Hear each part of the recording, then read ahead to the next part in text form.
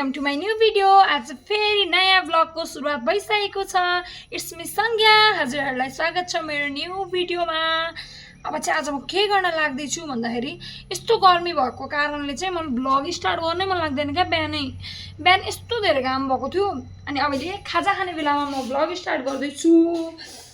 आज चाहिँ म केक बनाउन लाग्दैछु। अब भन्दाखेरि बनाउन लाग्दैछु चटपटे बनाएर खान मन लागिरहेछ। यत्रो दिनको थकान चटपटेले मेटाउने कोसिस गर्दैछु अनि म एकदम धेरै डढेर कस्तो काली भइसकेको छु। अनि म खाएर म अनुहारमा यो डढेको अनुहारलाई चमकदार बनाउने कोसिस गर्छु। त्यो सबै म भ्लग बनाउँछु अनि देखाउँछु के लगाउँछु के गर्छु भनेर। जहिले एउटै टेस्टको चटपटे किन खानु भनेर म बेग्लै टेस्टको चटपटे बनाउन लाग्दैछु।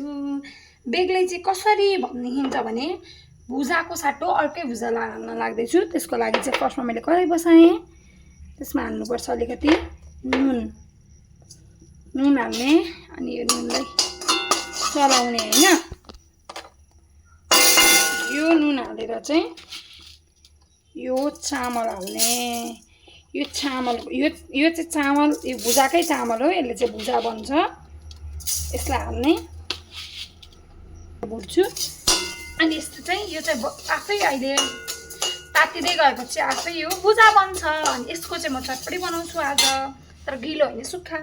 सधैँ म गिलो खान्थेँ भने आज चाहिँ सुक्खा। यसरी आफै पटपट गरेर फुट्छ, यसरी भुटिन्छ, यस्तो देखिन्छ। त प्याज पनि काट्छु। मलाई कसैले रुवाउन नसके पनि प्याज त छिट्टै रुवाउने रहेछ। यस्तो पोल्ने प्याज रहेछ हौ।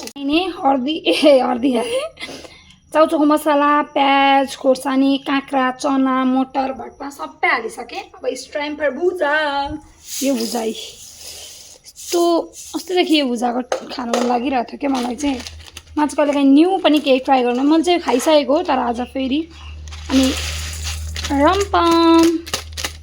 रम्पम हालेपछि कागती यसरी चरेको यो भुजालाई मेन चाहिने भनेको तोरीको तेल अलिक मजाले चाहिन्छ। अनि यस्तो मिठो हुन्छ नि। अब यो मिक्स गर्छु अनि भेट्छु एकैछिन। मिक्स गर्छु ल। स्याग जाडो होस् या गर्मी अरू कुरा खान छोडिन्छ, चटपटे खान छोडिँदैन। साँच्चै भनेको त चाहिँ बाहिर हेर्दै के भयो हजुरहरूले यो भुजावाला ट्राई गरेको सुन्छ कि हुँदैन, ट्राई गरेको सुन्नु भने प्लिज एकटा ट्राई गर्नैपर्छ। मैले चाहिँ आज धेरै दिन पछाडि हल्का आफ्नो अनुहारमा केही कुरा गरेँ, थ्रेडिङ गरेँ। एकदम धेरै भएको थियो, मैले थ्रेडिङ पनि नगरेको अनि यस्तो नराम्रो देखिरहेको थियो फेस। अनि म चाहिँ अस्ति 8-9 दिन सनस्क्रिन मोइस्चराइजर केही पनि नलाइकन कुदेर मेरो अनुहार यस्तो डढेको छ। अब म एउटा रेमेडी बनाएर ट्राई गर्छु अनुहारमा। त्यो चाहिँ म जहिले पनि प्रायः धेरै नै युज गरिरहेको हुन्छु त्यो कुरा।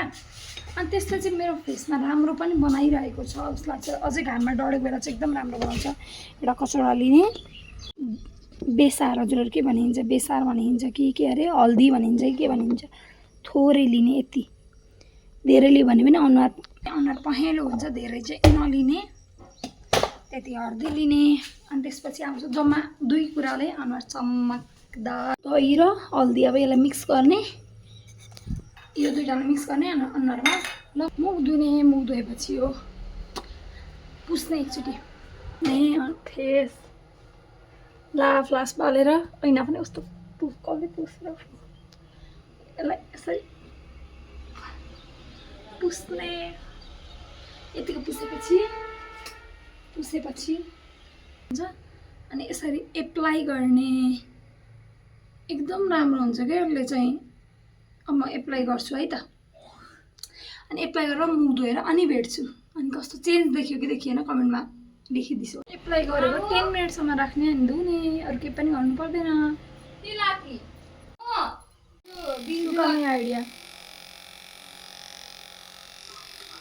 हजुरहरूले केही चेन्जेस देखिसक्यो कि देखिसेन? मैले चाहिँ चेन्ज पुरै धेरै नै चेन्ज देखेँ। अब हजुरहरूले चेन्ज देखिसेन हेर्न सकिन्छ। मेरो पुरै कस्तो डढेको अनुहारलाई यतिको बनायो। 2टा कुराले, दही र हल्दीले यतिको बनायो। अब फेस मास्क लगायो भने झन् राम्रो देखिहाल्छ। अब फेस मास्क छैन भने पनि यतिले नै राम्रो भइसक्यो। हेर्न सकिन्छ हल्का पहेँलो पहेँलो देखियो हो छैन जस्तो लाग्यो।